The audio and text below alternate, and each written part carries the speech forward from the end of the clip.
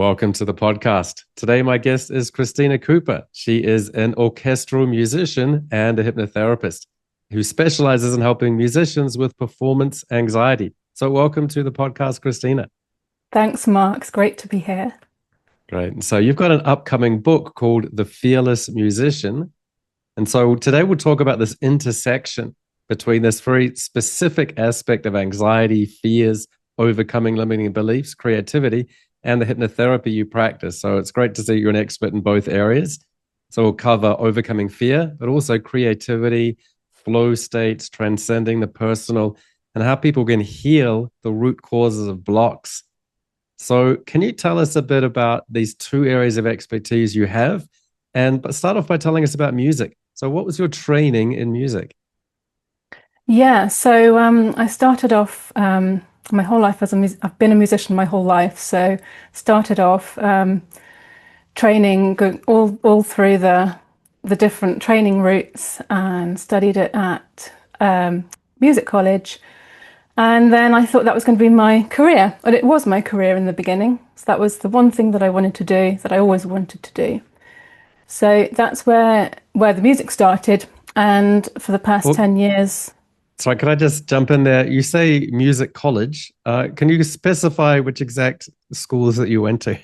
Yeah, so I went to the Royal Academy of Music in London and Julliard School in New York.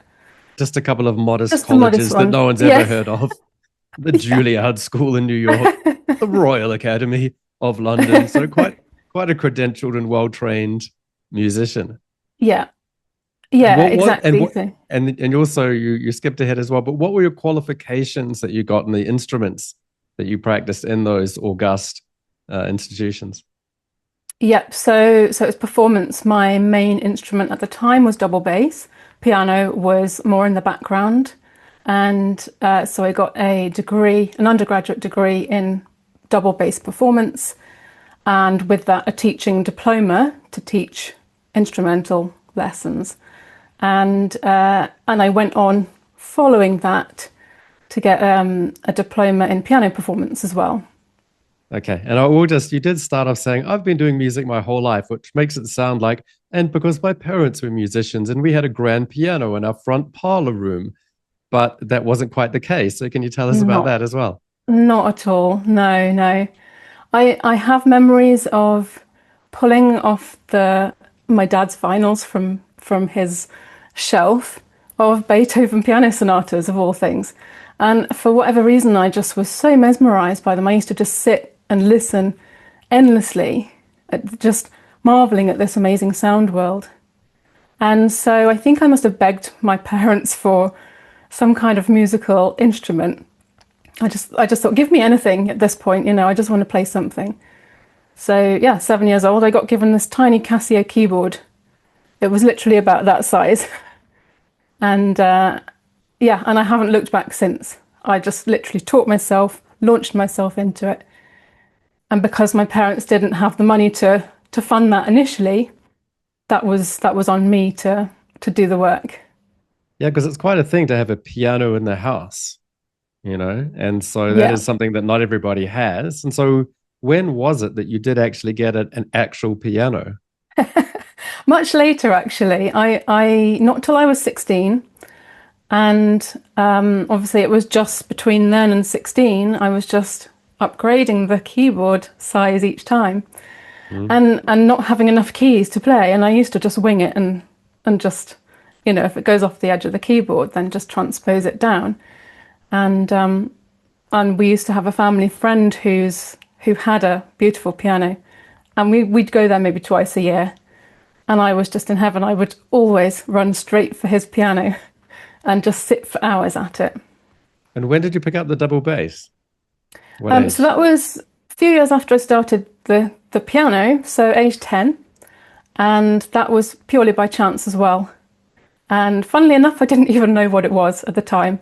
I thought it was like one of those bass drums or something. I honestly had no idea what it was. I just thought, oh, musical instrument. Hey, that's brilliant. So this is one of these huge guitar-like things with the strings and... Yeah. I usually get the comment, oh, that's a nice big guitar. Right. Yeah. So it's the upright bass with the bow. You'll see it a lot in jazz and that kind of thing. But my speciality was classical, so quite different. Yeah. Okay, fantastic. And so I didn't let you skip over all of that youth stuff because I know we're going to get into limiting beliefs and a lot of the influential experiences we have as a youngster come back to us when we're a credentialed adult at the Julliard School in New York. We still have that little 7-year-old who's tink, tink, tink on some plastic, not piano, while some other fancy pants is there with, oh, my father was, and so it's kind of interesting. And so with that, so you have that early connection to music and pursued it and discovered a talent. And so when was it that you first discovered, an ability like I'm not just interested in music, I am a musician? That's an interesting question. I'd say it was very early on, actually. It became so quickly part of my identity, almost immediately. It felt like I'd done it before, it was something, obviously as a child I wouldn't know that, but it felt as though it was something that I was just so drawn to that it just was who I was. It is who I am. Yeah. And so that leads us into this performance anxiety and fears that we can have as a musician. And one of the precursors to that you mentioned is very interesting um, is the sabotage that can come from imposter syndrome. And so you mentioned that as a precursor to anxiety. And so in order to have anxiety as a musician, you first have to have this positive connection to music, which is, I believe I am a musician. I have the talent to become very good at it. But then you get onto world stages in London, New York. And so can you tell us what's the kind of work that you've done in music and what stages have you performed? And what was your working life been like as an adult, real musician?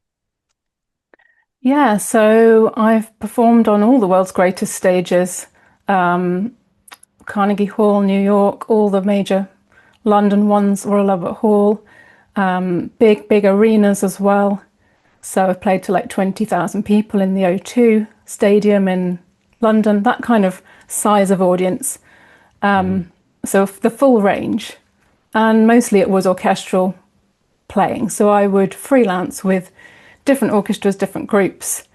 Sometimes those styles would be quite diverse. It might be a big group, it might be a chamber orchestra, it might be a smaller, like sometimes we got to play with really cool, famous musicians like Paul McCartney. And so it's nice to kind of get that variety and not just the big symphony orchestra stuff. What were you playing with Paul McCartney? Any bit, Yeah, so we were, sorry, so because there are a number of orchestral tunes in the Beatles. That was one of the features of that group. it was actually it was something he wrote for the Yeah. orchestra, and it was Liverpool Philharmonic Orchestra, Royal Liverpool Philharmonic, Mm. and yeah, and that's his home territory, obviously. So he was there, and much smaller actually than you imagine in real life, but yeah. Right. Well, he famously doesn't read or write music, but he was able to dictate as he would to George Interesting. Martin. Yeah. Well, Ah, did you not yeah, know yeah. that? No, So I he would didn't just know say to that. George, it goes, she's leaving home, and whatever it goes. And then he would get the orchestra into Abbey Road. And so you're Yeah, sort of, again, carrying on that legacy. He says to the music nerds, you yeah, went to Juilliard, I didn't. I was in the Cavern Club. But it goes like yeah, this. Da, da, da, da, da.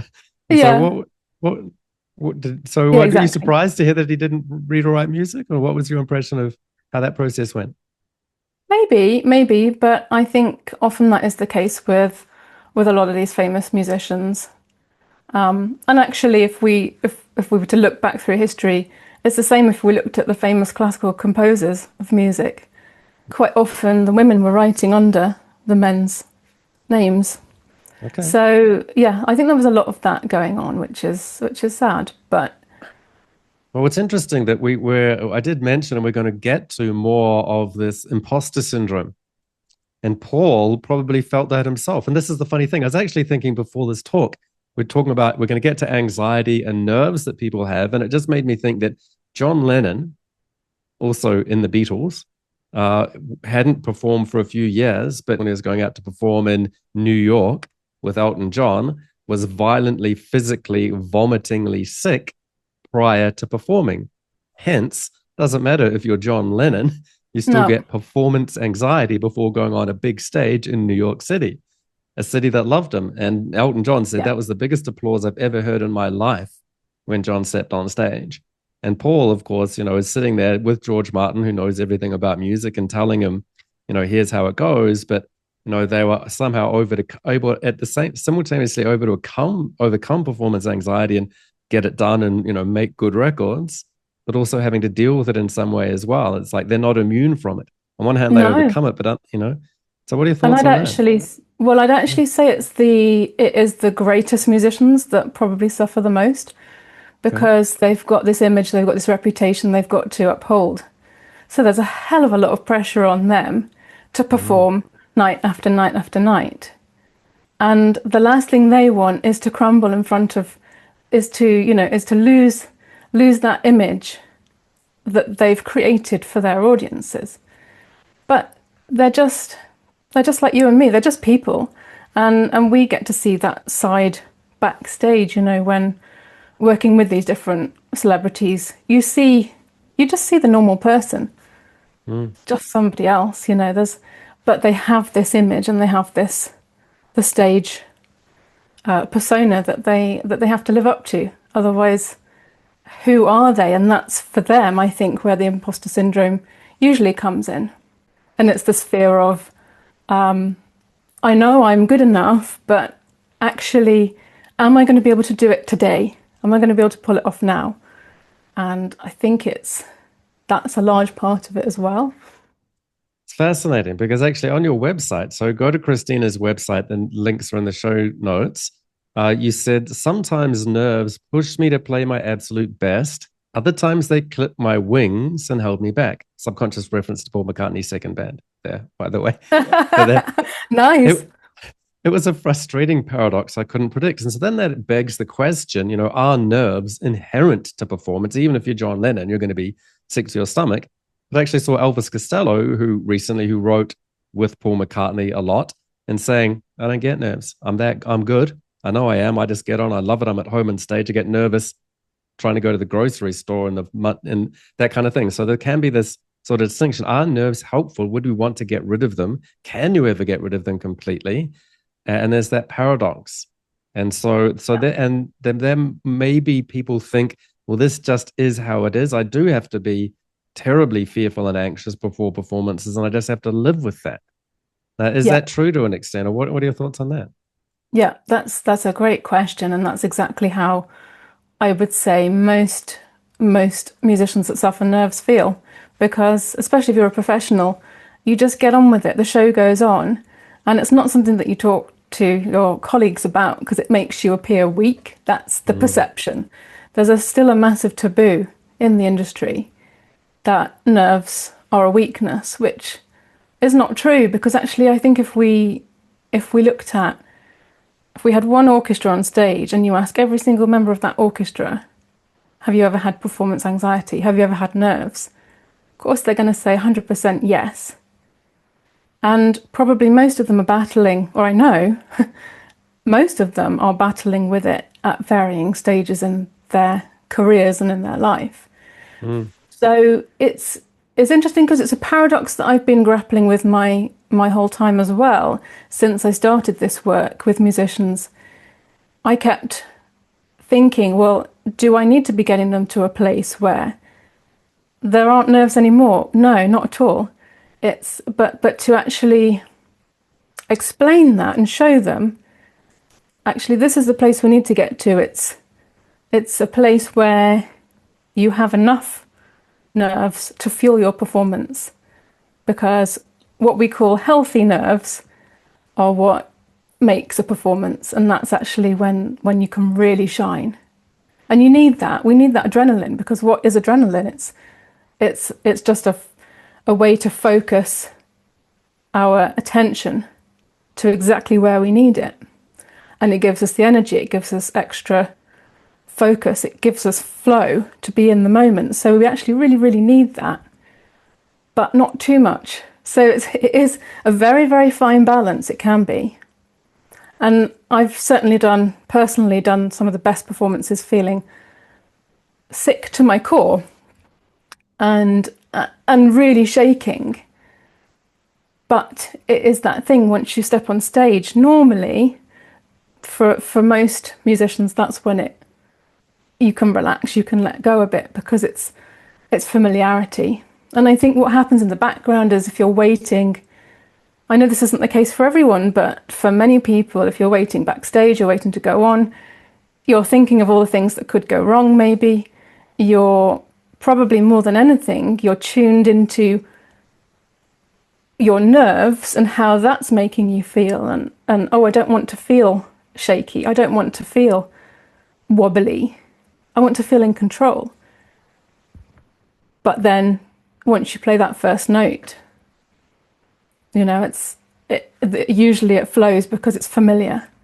And it's just the head, it's just churning over and over and over about nothing. Yeah, I wonder how much. So there's a difference between having an excess of fear that, you know, really stresses you out, and it becomes, to a degree, it might be kind of a little bit traumatizing, to the point where, yes, I did get on stage. Yes, I was sick to my stomach. I did it, but then I'm discouraged from doing it again. So with John Lennon, the instance I talked about, he got up and did it and got a rounding thing of applause, and he played the first note and probably felt better, but he didn't go and think, oh, that's great, and start performing, you know, every week for the years to come. He sat around making bread, or or went back into the studio. So how many people do you think are depriving themselves of a life of performance because they have these things? They think this is just part of the process. It's too much. I don't want to live like that. And therefore they deny the world of that performance, and they deny themselves of that life. How much of that happens, do you think? I think there's more than we realize. And I think that there are great musicians out there that would love to stop now, but they just keep getting out there and keep just getting up on stage and doing it. And then it's that kind of positive cycle, because they get the adrenaline rush of being on stage and the audience, you know, reception, and the high, because it's a massive high that you get, and then you get off stage and you still got that high, and then it starts, as it starts to wear off, then, you know, you're starting that loop again. And so I think there are many performers that would like to stop, but they're caught in that almost addictive loop, especially if they've got this big reputation and this big image. Who are they without music? And I think you've also got others who did give up, who never actually made it to where they wanted to go because of that. Yeah, that's what I'm thinking of as well. So can you tell us a little bit about your personal experiences? So you discovered music and a talent for it, and that you loved it. But then when did the dark side come in, where you discovered, actually, there is a lot of fear and anxiety involved in this? Do you have some early experiences of how you discovered performance anxiety or fear on stage? Mm-hmm. There was a clear moment for me. I never had any issues right up until I got to the Royal Academy of Music, literally. In fact, it didn't even come then. It was, I would say, towards the end, if not just at the point when I started my career. And I think it had crept up on me without realizing it, but I never had issues. I never even thought about it before. I loved performing, and I couldn't, there was no room for nerves. Obviously I would get nervous because I wanted to do a good job, but it was a different kind of nerves. And so when I really noticed it, it was more this kind of self-doubt. I had a massive self-doubt. I remember and in fact I write this in my book, it's one moment that I turned down. It was my very, very first professional gig that I got offered. And it was quite a high-level chamber orchestra. And I panicked.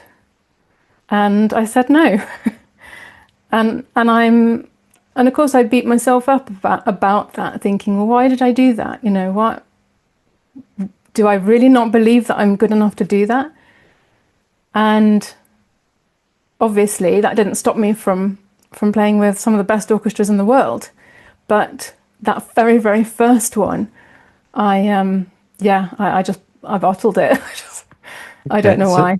So that was before the performance, just the anticipation of Yeah, it. anticipation of this is actually a really small chamber group. They're all great players. Who am Mm, I in that? How do I fit in that? I've never done this before. Well, actually, of course I have. I've done it my whole life, but mm, not in this context, not where I'm getting paid for it. And mm. I really think that was the switch for me was, oh, all of a sudden, just like we were talking about the Elton Johns and the John Lennons or the big performers or the people that actually performed, in front of others or do perform. I just, yeah, I thought, I don't know who I am in this setup and whether I'm good enough to be there. How did you overcome that and take the next step?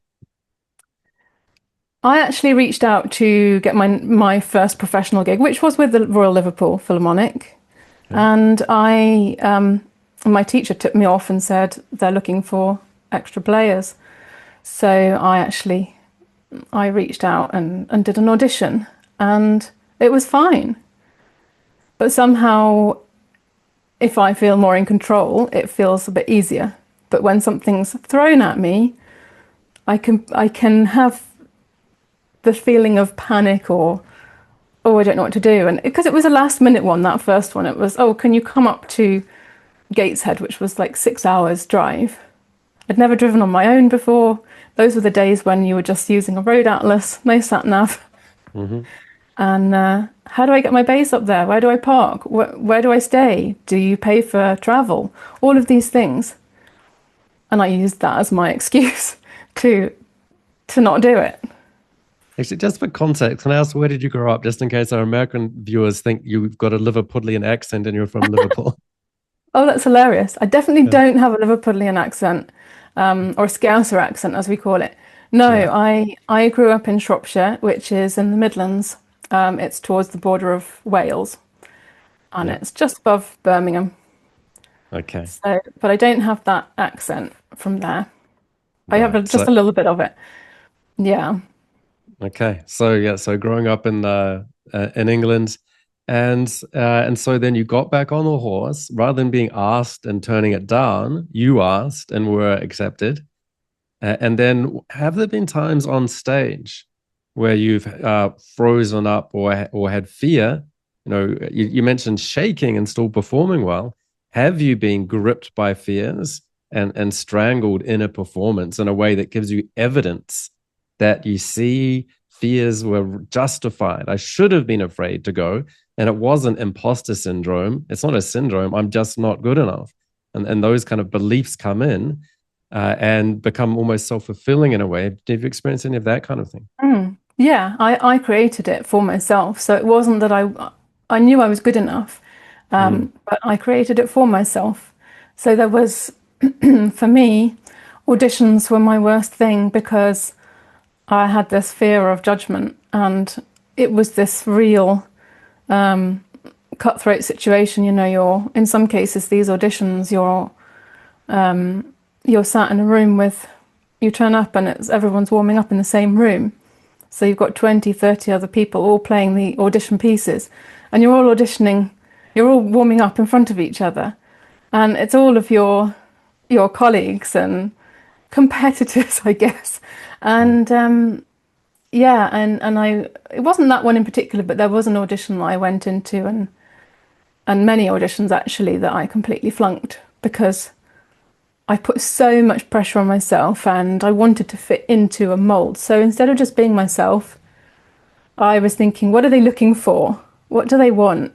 And trying to squeeze myself into that mold. And of course, that just created so much tension. And I had instances of nearly dropping my bow or my fingers flying off the fingerboard, or just playing badly, playing as if I'd never picked up the instrument before. And I know loads of musicians can relate to that.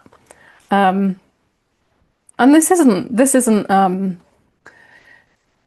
it's not something that just happens to musicians. This is performance we all perform at all times. I was And just I was just thinking, yeah, I'm sure a lot of actors could identify. yeah, And, and people, I've worked with some actors as well, who a typical fear is fear of losing their lines. I've even mm, had dreams myself that I was an actor and lost my lines. You know, it's every performer's nightmare. Don't know what to say. I've forgotten mm. the first note. Yeah, or I've even forgotten how to play the instrument. In very, very extreme cases, that happens to people. Hasn't happened to me yet. Mm. Yeah, I can imagine stand-up comedians having another golden age, and people can go up and they can do well one night with the same material, and then bomb the next night, and then question: is anything at all funny? Is stand-up even a thing? You know? Yeah, yeah. And I think it's a shame because I think it's, like we were saying, it's way more common than we realize, and I think it's a lot more ongoing than people realize. So I know from the conversations I've had with friends, colleagues, clients that it is something that's an issue. It's a big issue, and because for a number of reasons, the industry is very toxic. It's very cutthroat. It's very you're competing for the same work if you're a freelancer. Mm, It's you only get asked back if you do a good job. You're getting paid for it. So there's so many factors that make it, and in many cases you don't have any time, proper time to ever rehearse. Certainly in this country, we're a bit of a conveyor belt. So you'll have to turn around a performance in no time at all, sometimes with no rehearsal at all, and you're straight on stage. So can I So ask? Yeah, can I ask what mm, age were you when you became a professional musician? 22, And what age were you when you sought out hypnotherapy to deal with the performance issues, just anxiety coming up to issues? 30. Yeah, 30. yeah. So towards the Can, kind of 10. yeah. So can Yeah. you tell us, was there a particular incident that, it might have been anxieties there in the background for, in fact, as you said, just from the beginning. So your very first paid gig at 22, presumably, so that it was there as a bubbling thing affecting you, but it's sometimes, and we see this in all therapy or in many issues that us hypnotherapists face, that people just deal with having unsatisfactory, painful issues that they don't deal with until the pain gets so overwhelming that it's only then after 8 years or many years that they decide, I have to invest in myself and look for some kind of wacky treatment, like maybe my subconscious and hypnosis or something could help me. And so what was it that sort of pushed you to at 30 to get hypnotherapy? hmm it was an interesting journey because I think all of that self-doubt and fear of judgment and everything was bubbling under the surface for quite some time. Well, I know it was. Mm, And what happened was I ended up having a lot of physical pain. So not only did I get the kind of self-doubt in my head, I mm, got sometimes physical nerves on stage that didn't feel great, and sometimes didn't make me play very well. And because it was bubbling underneath, I was also getting the pain, and I link those two together now. I think that was really a push for me to do something about it. But also, it was an interesting journey because I also felt that there was something else that I could be doing as well, and that I'm not just a musician. So I started having thoughts that, okay, I'm great at this, I enjoy it, but actually there's something else I want to do as well. And I just knew that there was. And interestingly, I'd started having hypnotherapy sessions just before I turned 30 for this general sense of self-doubt in my whole life. It wasn't specific to performance. mm, And that then opened up the belief for me that I could do something about the performance anxiety.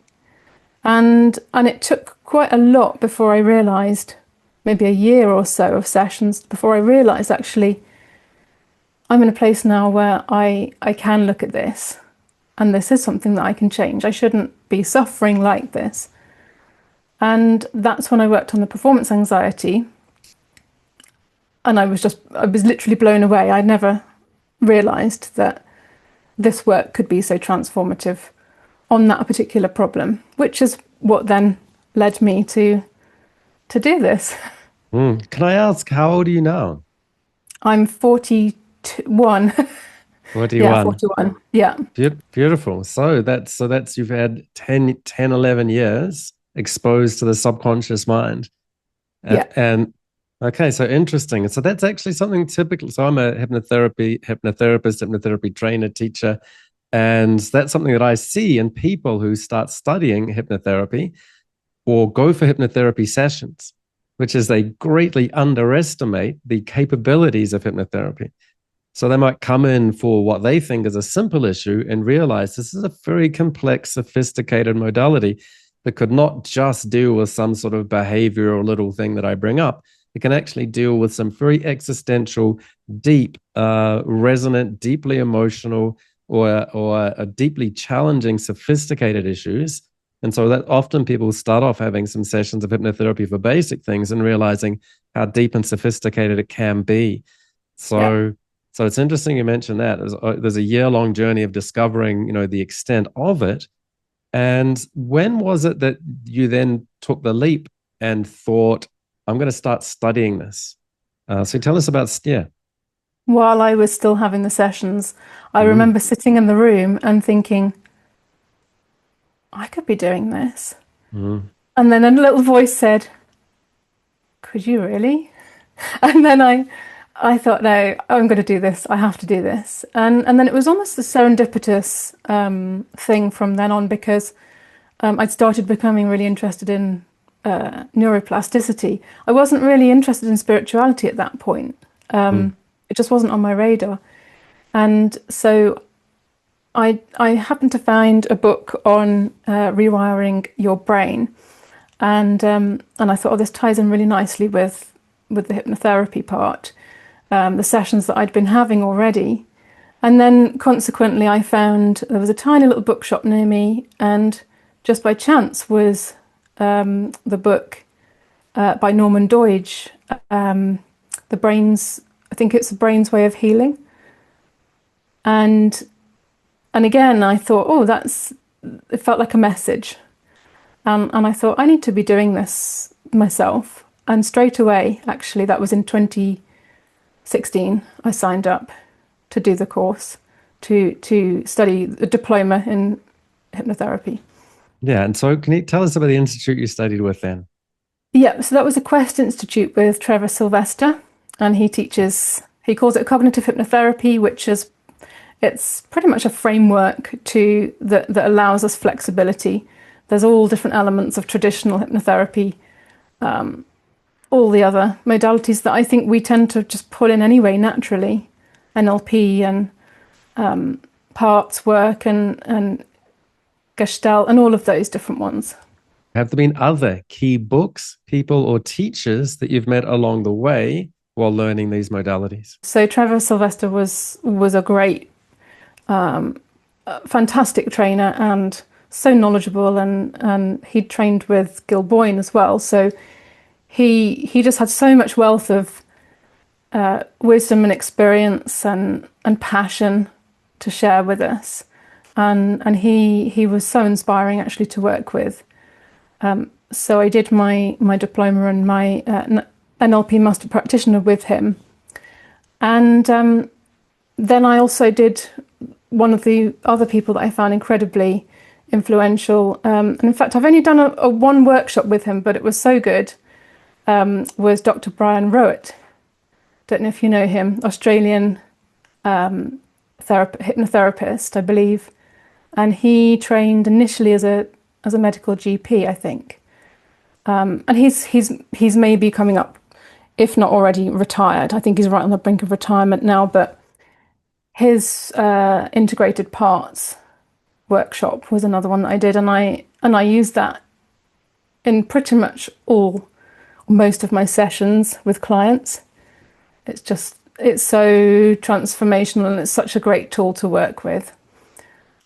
So he was another one. And I did go on to study with Jamie Smart, the Clarity Academy, for quite a number of years actually. Went through all of his different programs. He has a very NLP focused background, but he has the angle of kind of corporate coach. So what I found really interesting, and one of the reasons I worked with him was that angle to get more on the business side of running a practice or setting up your own business and how to make that work. That's great. Yeah, I know Jamie's work, and yeah, I appreciate what he's done as well. So it's useful there that there is that interconnection. I mean, NLP is modeling Milton Erickson's work on hypnotherapy and bringing in Gestalt therapy and family therapy. So a very useful modality, which I'm also a trainer of as well. So like the fact that you're bringing in a lot of these modalities, and they're also very useful for these particular specific issues. And so let's then break that down as well, because and look at the modalities that you use or the way that you work with your clients. So we can get into some case studies. But just before we get into those, and so you do one-on-one work, but before we get into that, do you also do work with groups, workshops, retreats? Can you tell us a bit about that? Yeah, I do. And that's something I'm actually reviving at the moment. So I'd had COVID kind of put a spanner in the works and stopped me in my tracks with a lot of that. So I've had a kind of period of self-healing, which I'd needed. And a lot of change I had to do for myself before I could then bring all this back out to the world. So now I'm at the point where I'm launching. I'm just working on a group program that should launch with the beta test at the end of the year. And I'm also developing a workshop as well, regular workshops, which I was in the swing of before COVID hit. But instead of being in person, they're going to be online, because it's just you can just get to more people that way. Yeah, COVID disrupted, but then it reshaped everything as well. So it did. And I think it's been amazing actually, because I always had that feeling that I had to get this out to more people. And not all musicians, A, have the money for sessions one-to-one, or B, want to actually go that deep. And I've realised that now because it's, as you say, it's really transformational work that we do. We're digging deep into the mud of, the stuff that people don't really want to look at. And for many people, that's too much, or it's just not.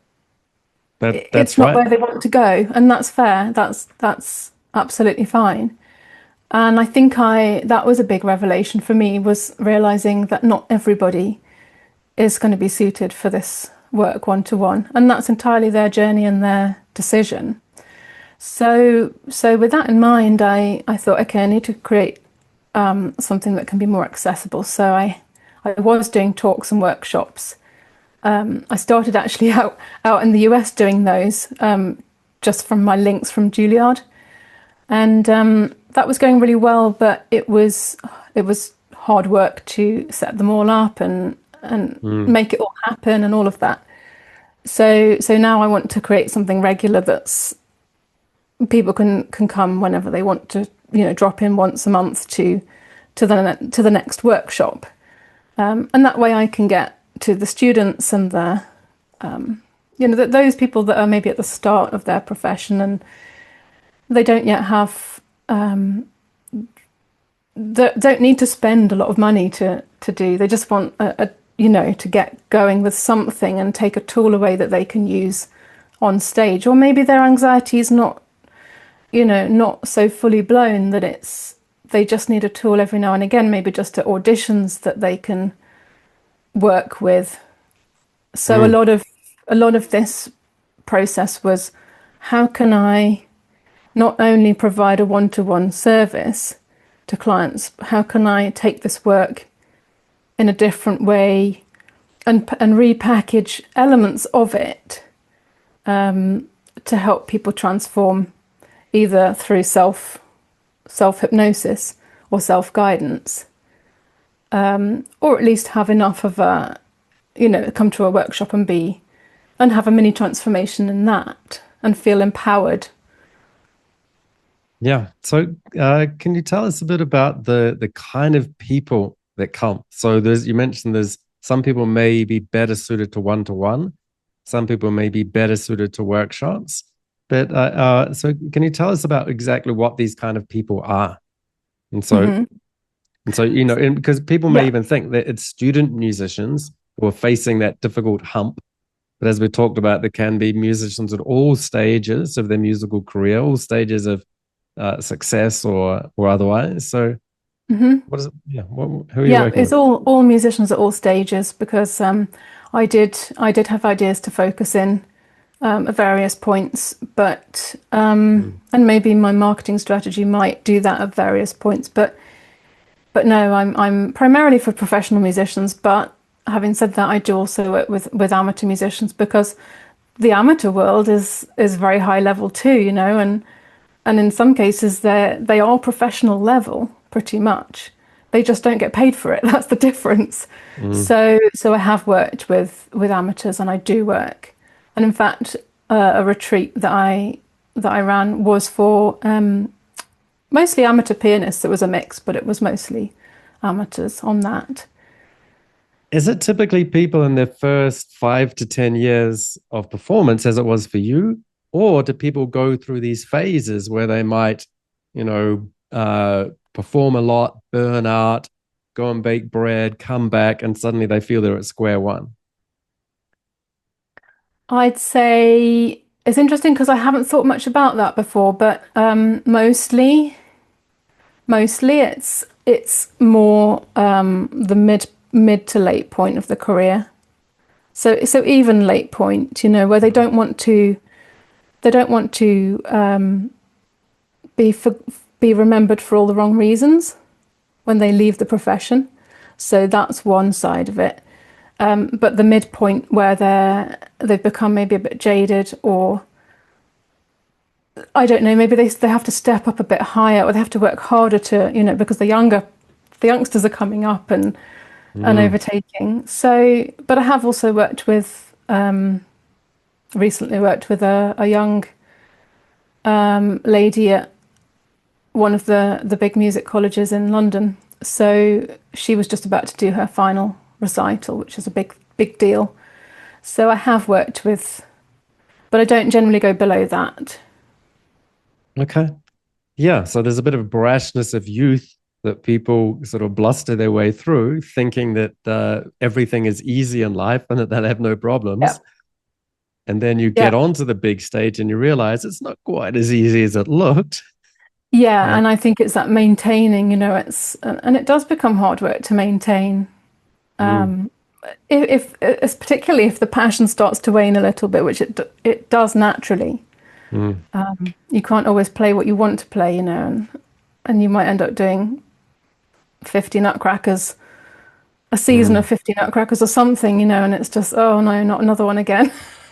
Yeah. So it can be hard to, I think that's when the nerves the self-sabotaging voices can creep in a bit more, maybe. Okay. Yeah. So it's kind of interesting. I would have thought at that point it would just become like muscle memory. Maybe they're a bit over it, but they could just tune out and sort of do it without thinking about it. Mm, You're saying there you is something that can. comes. Yeah. So does that happen on one side? So they don't have this issue. They're just going through the motions, on autopilot, and it's fine. They don't have issues. And so then that comes into, well, how is it that some people have it and some people don't? So then there's the big question: what is performance anxiety? Where does it come from?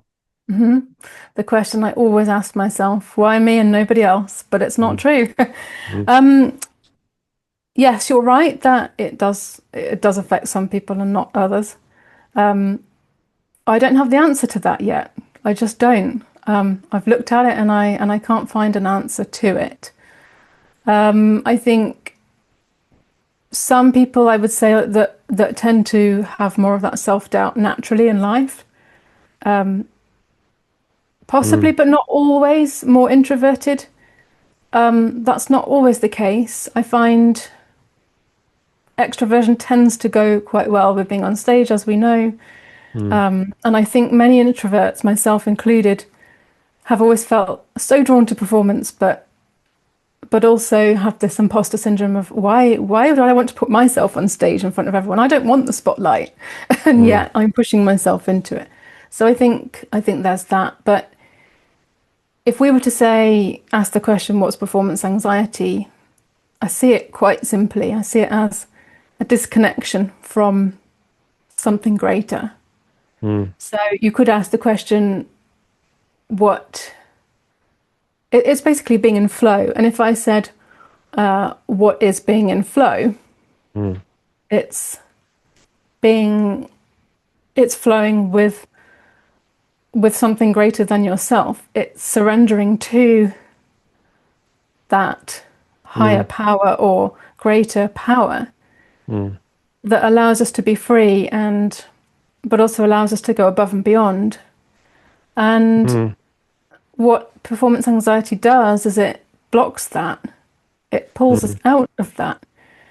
And an example of, you were asking about case studies, I can bring one in now if that's handy. But I had one particular client, and she had a lot of dissociation. So when she was playing piano, it was taking her out of her body. And she was almost looking at her hands and her fingers thinking, I don't know what I'm doing, I'm just watching my fingers.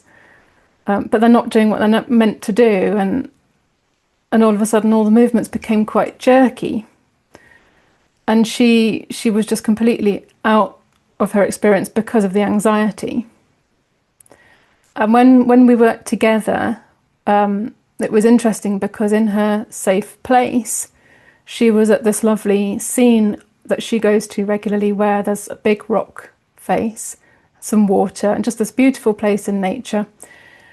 And she told me that she felt that she was outside of herself, or there was this loss of self there. So she was lost in that sense of nature. So she'd become part of the scene that she was looking at. And when we worked together, we actually uncovered a big, heavy, so using the parts technique, we uncovered a big, heavy cannonball that was lodged in her chest area. And that was all the weight of her dad's disapproval and her not feeling good enough.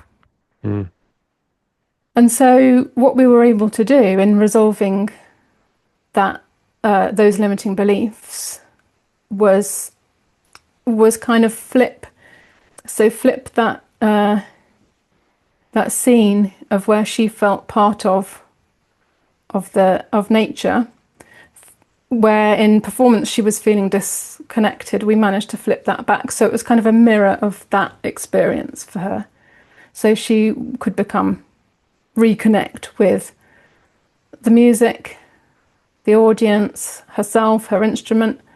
And that is the true flow state. Yeah. So we can go through the steps as identifying root causes, noticing your mind patterns, these heavy things that weigh us down as personalities, which we'll come back to. But I want to just jump to the end, which is transcending the personal as a performer. And to me, that is kind of part of the magic or ultimate reality of what music is when it's done at its best. So I think of Mozart being the magic flute, where he's a vehicle for music, or that we have a muse, and musicians don't write music. It is delivered to them by universal consciousness of, brilliant intelligence. They discover it and channel it through them. Now, is that a little prosaic, or what are your thoughts on that view of music? Yeah, absolutely. 100% agree with that. I always say to my pupils that, when they're doing their instrumental exams, I always say the most important thing is for you to enjoy it and for you to communicate something and connect. The examiner's there to enjoy your performance. And I used to try and tell myself that too, and the same for clients. And it is because music is a shared experience. It's not about the performer. Mm, We are the vehicle for mm, the music to channel through. And actually we need to feel one with the instrument that we're playing. And when you're not in flow, you feel very much in mm, conflict with it, in a battle with it. And it's like with anything, flow in a podcast, in a talk, in a hypnotherapy session. We can only be in that flow when we step aside from our ego, mm, and we're in connection with the client, with ourselves first, and we have to be in connection with ourselves first for that to work. If we're not, then we're always going to be somewhere else. mm, And that way we can hear the wisdom, and we can, so in performance we can trust. And actually the trust is the number one thing, again, that we lose when we have performance anxiety. The same if you're giving a talk. If you don't trust that you can give the talk, mm, you're more likely then to be looking for all the things that could go wrong, and looking for the criticizing face in the audience, mm. and that kind of thing. Yeah, that's great. I mean, there's a difference between I'm trying to be the dancer as opposed to there is the dance. And it, Yeah, and I find our language really interesting, really fascinating. How we've lost. I think there's a culture that I read about where they use the current tense when they're talking all the mm, time. mm, So that they would say performing or not performance, because mm, performance is a very finite. It's got a package around it, and I think it's interesting because that's again where I find it so fascinating with language, and how we use it against us in that sense. And if we were to look at it as it's always evolving, performing is a process which isn't finite. It's a moment in time. It's happening when it happens. It's not happening when you think about it. It's not happening afterwards. It's happening in the moment, mm, and it's gone. And that's the mm, magic of performing, is that you might do a performance which is the same piece twice, and in one performance you play it slightly differently. The next performance is never going to be the same mm, if you're truly present in that moment. mm. That's something that I think we feel when we see performance. So it brings to mind Radiohead for me, Tom York, which is like, talk about introverts and extroverts. Hmm. So he strikes me as about an introverted fellow. Yeah. Probably doesn't, and actually, it actually made me think as well as they're now on tour Oasis. Liam, I don't know if he gets anxiety or not, but doesn't look like it. An extroverted fellow, but You can't the tell.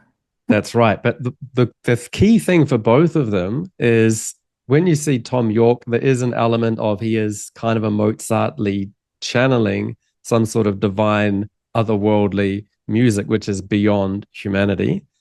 And Liam, not quite as much, but for a great degree of people, he really captures the spirit. And it's interesting, him and Noel, they describe that time in their life when they were at a certain age. And I can imagine where, they're fearless, but they describe that experience of having 250,000 people jumping up in unison as biblical. Mm, And it's interesting. and not and so you talk about those kind of words, and there is something like deeply, connective about music at that phase. And Yeah. it also made me think that they had their first drummer got famous.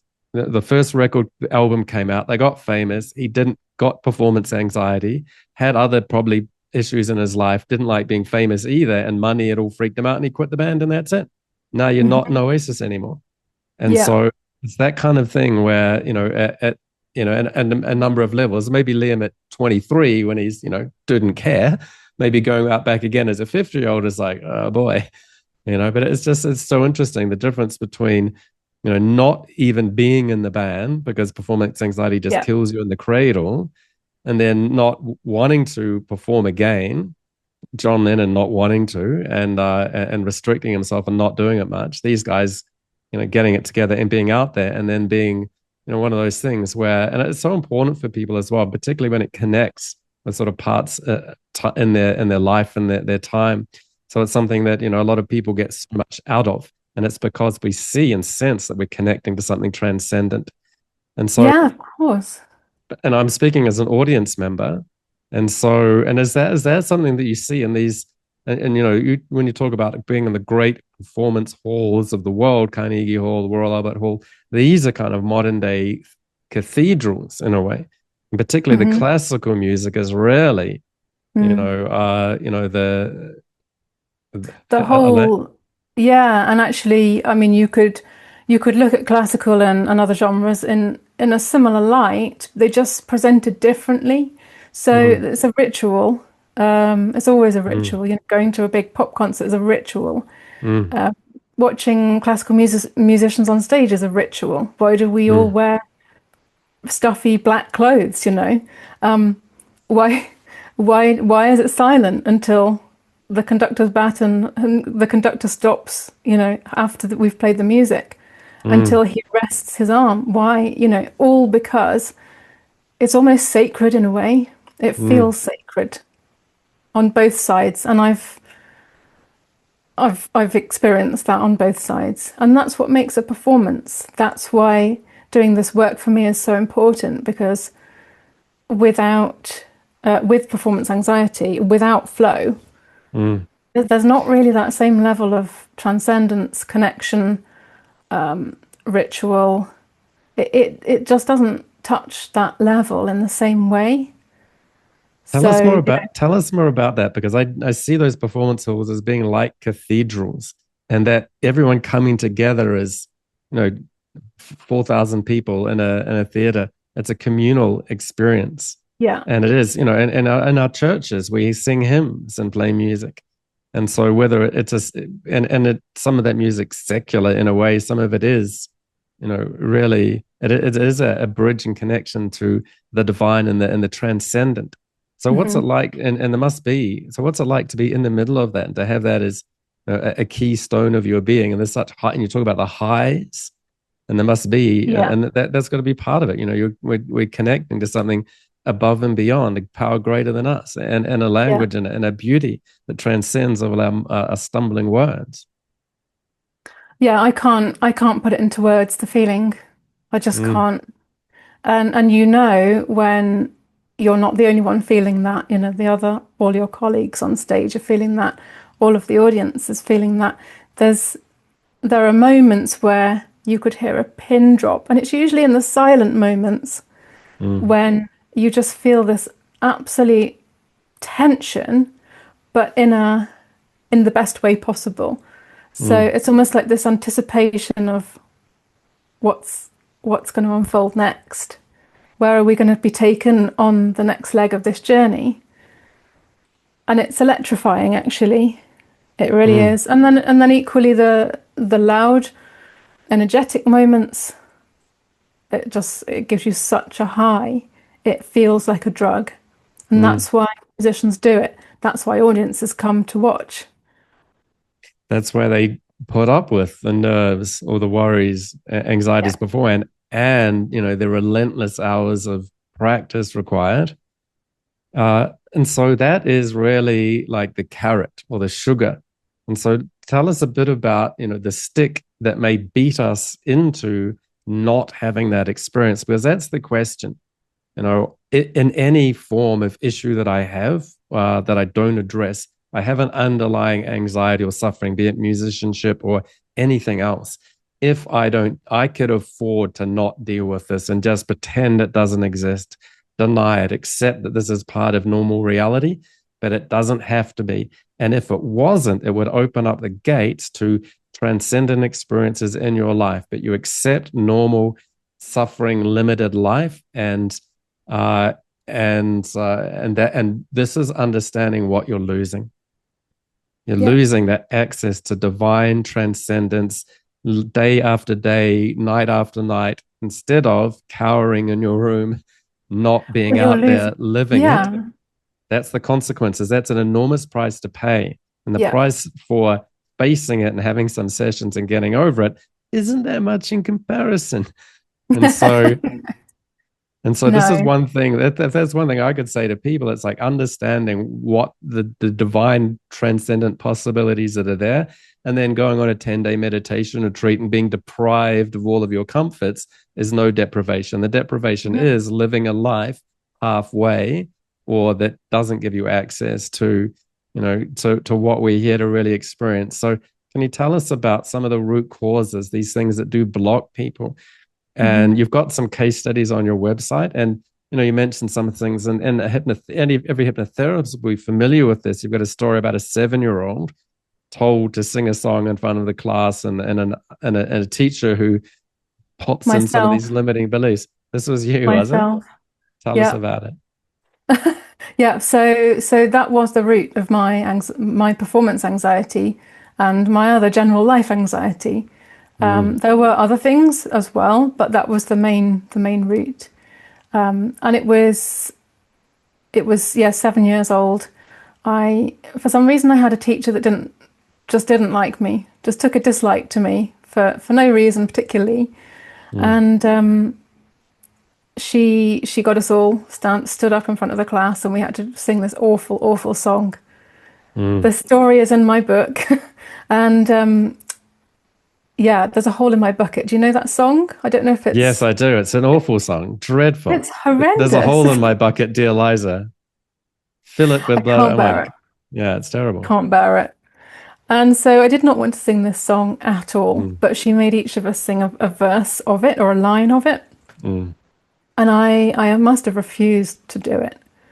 And in the end, she got quite angry at me, made me do it. And... yeah, and I just saw all the kids giggling, and I couldn't sing. I believed I couldn't sing. I didn't want to, and that was at the root. And that can be the similar root for many musicians actually. Not always, but sometimes it is directly performance related like that. Yeah. And is that a common thing that you find, that when you're working with people, you do regression-based hypnotherapy to root cause events? And so is that... Yeah. So I see different layers. So I see on the top layer are the symptoms that we get as performance anxiety, and below that, the triggers that lead to that. So the triggers that are formed from limiting beliefs. So that's how I see the layers. And right at the root is always pretty much unworthiness, a feeling of being unworthy, a feeling of not belonging, and feeling of not being good enough. Pretty much 100% across the board with all clients, not just musicians. Yeah. Well, I was going to ask, how much does that time for musicians relate specifically to an early musical experience, and how much is a generalized life experience? Maybe 50-50, if I was to give a rough guide, I would say. Yeah, I'm not that surprised. So they may never have had... music may have always been their savior, their sanctuary, their safety, and their area of brilliance. But because they weren't brilliant in every other area, the fact that they effed out of mathematics can still cross over, which is so interesting, isn't it? And it can pollute and it can then pollute their experience of music. So another lady that I saw, this was the lady who was at the start of her, or just about to step into the profession, a violinist, and she always performed when she was younger. She loved it. So singing, dancing, music, absolutely loved it. And she then was at the point where she was about to do this final recital. So this was maybe 40% of her degree mark was resting on this final recital. And she came to me for help because she was so worried she was going to screw it up. And she was starting to get bow shake. And what had happened, we found when we regressed so partially back, was an episode that she didn't want to share. When she was 17, I think, around about that age, that all of a sudden she became self-conscious. So what she loved then became, when I'm on my own on stage, I feel self-conscious. And we regressed further all the way back to find that actually there had been a pattern of abandonment, and she had been left in the supermarket by mistake on her own when she was very, very, very young. So that was her root significant emotional event. And from that, then obviously it blossomed these other ones just stacked on top, to the point that then she lost the joy and the passion and the ease of performance. So when you're working with people, how many sessions would you have typically? So I now do a package. When I very, very first started out, I think maybe even from the get-go, actually, I don't think I did do single sessions. I think generally I was offering a package of sessions because I didn't want clients to buy hypnotherapy. I wanted them to buy the transformation. So now I offer one consultation, then 5 sessions. So it's 6 in total. That makes a lot of sense. Even when I do general work, it's 3 to 5 sessions and I think that's useful as well. And the reason I'm asking is as well is because I'm curious. People will come in and say, I've got bow shake, and I know that I had this one bad audition, or I turned down this gig. And therefore, it's obviously that just fixed that. But then you go in and you find out, well, yes, music is half of it, but half of it is self-esteem issues, or perhaps some sort of traumatic abuse or abandonment or somebody's divorce or something. And then you have to sort of do both of them. And so to me, that's where I do 3 to 5 sessions, or one lot of 3 for the issue, and then one lot of 3 for the other thing. That, if you don't get both of them, well, then, you've only done half of the puzzle. So I think that's great. That makes a lot of sense. 5 to 6. And is that what happens? Do you find that the music part of it is half of it, and half of it is just these unresolved things that we all have? But it's the very fact of being it's such an intense thing that it forces you to face some of these things that a normal person might not have to face in life. But because you're a performer, you have to really heal a lot of that stuff as well in order to be, and it is really kind of a high level of life, and including things like all the media scrutiny and being in the papers or whatever. And so music is the focus, and everything else that sits beneath that sprouts off that is going to be what we look at in the sessions. And and that's the reason I do set it up in that way, because I think it can be a shock for people when they think they're coming for bow shake and a little bit of hypnotherapy to help with that, and then we end up looking at when their dad abandoned them when they were 3 years old. So I find a large part of what I do and what a lot of us do with this work is educating, because many people don't even know what hypnotherapy, how it works. There's still a stigma around it, unfortunately, through films, media, still there. And even though those things are 40 or 50 years old by this stage, it's amazing how people have been hypnotized and have these deep limiting beliefs from their childhood that hypnotherapy is this nonsense thing. And, it just, unfortunately. Yeah, it does. We have to get past that chickens clucking on stage bit, Exactly. We have to go on podcasts again and again until people get it through. So here we are. Yeah, exactly. being Exactly. being So being being, being relatively normal, reasonable people, which is quite a surprise. yes, that's the other Yeah. stigma, isn't it? Is Yeah. I think there's a lot that scares people about hypnotherapy and hypnosis, and our job is to try and dispel a lot of the myths and actually present the transformation, not the therapy itself, because people always ask, oh, what does it involve, and what I don't want to feel out of control, or I don't want to lose my sense of, someone taking over me, and and it's been polluted by Mm. the media and yeah, so it's Yeah, so you're here because you have the sense of something taking over you called performance anxiety because you were hypnotized as a young person by your parents that you're not good enough.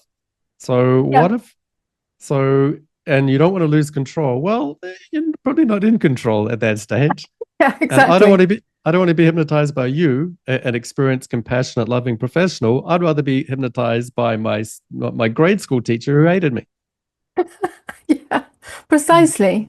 So that's part of the Yeah, education. We're it dehypnotizing you is. from all the nonsense hypnosis that you've had to face throughout your whole life. Yeah. And you're not in control at the moment. That's why we're here. We're regaining control so that we can allow the abilities that you do have to come to the forefront so that you can experience the transcendent and fulfill your life purpose instead of sitting around mumbling some half understood, misperceived nonsense about what it is, you know. So Yeah. that you know what, there was actually one other question. There's also the idea that how is it that some people are so talented so early or just can do it? So for the life of me, the musical ability isn't there. And then for other people, so you can put in 100 hours and Mhm. go from 1 to 2. The other person Yeah. puts in 100 hours and now they're at 300. And so where's this talent come from? And how is it that some people are musical prodigies? And so Mhm. then that does beg the question. And we know that the Past Life Awakening Institute, there can be root causes and, what's the problem, but also what's the resolution that is a divine transcendent connection. But then another root cause can be what's the root cause for being a musician? And so what's your view on past lives and the idea that we may carry over talents and abilities? That's a really interesting question, and I truly believe that most most if not all musicians who just have that natural ability, magnetism towards music from right from day dot, I really believe that there was a past life link to that. Okay, you can look at family and conditions and all of that around it, and many musicians come from very heavily musical families. Hmm. So to a certain extent, many of them, I think, those are musicians that are formed from the environment they grew up in, and Hmm. it's felt so natural to them that it just becomes such a natural thing to pick up. But I think there are also many, myself included, who had some skills previously, and we've brought that into this life. I think that has to explain those crazy child prodigies. Hmm. It has to, because I don't understand how else that can happen. Can you tell us some of the things that you've learned overall, some principles about healing, about musicianship and the life of a musician, or just the life of people and the healing and life journey that we're on? I think one of the most fundamental principles that I've learned is that we all have the ability to heal ourselves. Every single person. There's no person greater than another in that ability. And I think that's a really important one to communicate, because again, so many of us doubt ourselves, or we don't believe that we're good enough, Mm, and we're looking for something else to validate that. But actually we've got that deeply rooted inside of us. And mm, that's what we're connecting to when we're connecting to flow, when mm, we're in flow. So I think that's one of the main principles that I think is really important. Well, it was important for myself to digest and fully believe. mm. And when we're working Well, with clients, we have to believe that the same is true for them. Mm. It's interesting. I mean, you mentioned Paul McCartney being shorter than you thought he would be, which is kind of funny because he's a giant of the musical world. Then, all my references are getting quite pop culture, but it does makes me think as well of Wayne's World, where they meet a famous musician, Alice Cooper, and just go, "We're not worthy, we're not worthy," in a very exaggerated, bowing down kind of a way. And I think subconsciously, a lot of us do that, Yeah, and yeah, but therefore you're putting them above you. And so when you say we're all just human, well, yeah, but Paul McCartney isn't. Come on.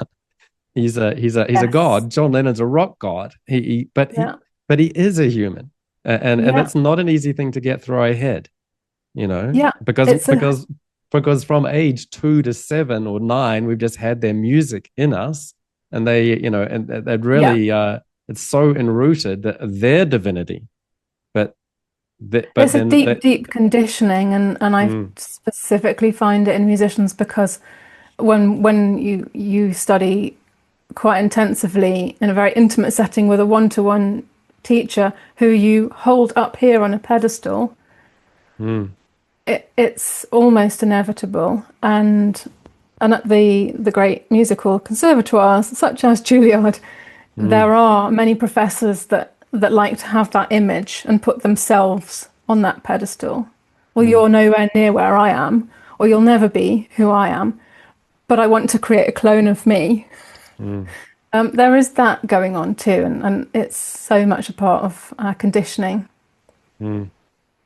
Well, I hate to come back to John Lennon, but I will. He had a song, "I don't believe in Elvis, I don't believe in Beatles, I just believe in me, Yoko and me," and Yeah, that yeah, is kind of slaying those that you'd put on pedestals just to be a human.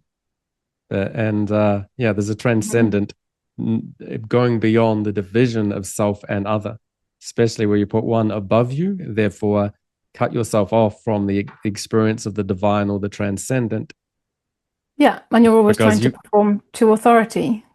yeah, or because you are not worthy of that ultimate level of reality. And as long as we think that, then we stay very human. And the minute that we Yeah, can cut away all of that, then we perform better, and we may have access to the divine and some sort of enlightened consciousness as well, which is a nice little side effect. yeah, exactly. Yeah.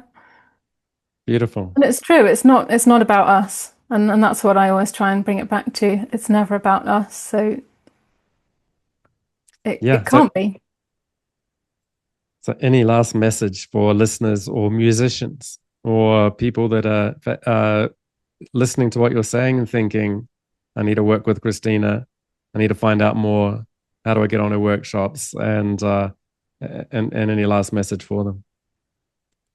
So my last message would be even if you doubt yourself, just take a step forward because it's the feedback comes when you take that step. So life actually moves when you take that step. And we always talk ourselves out of doing that.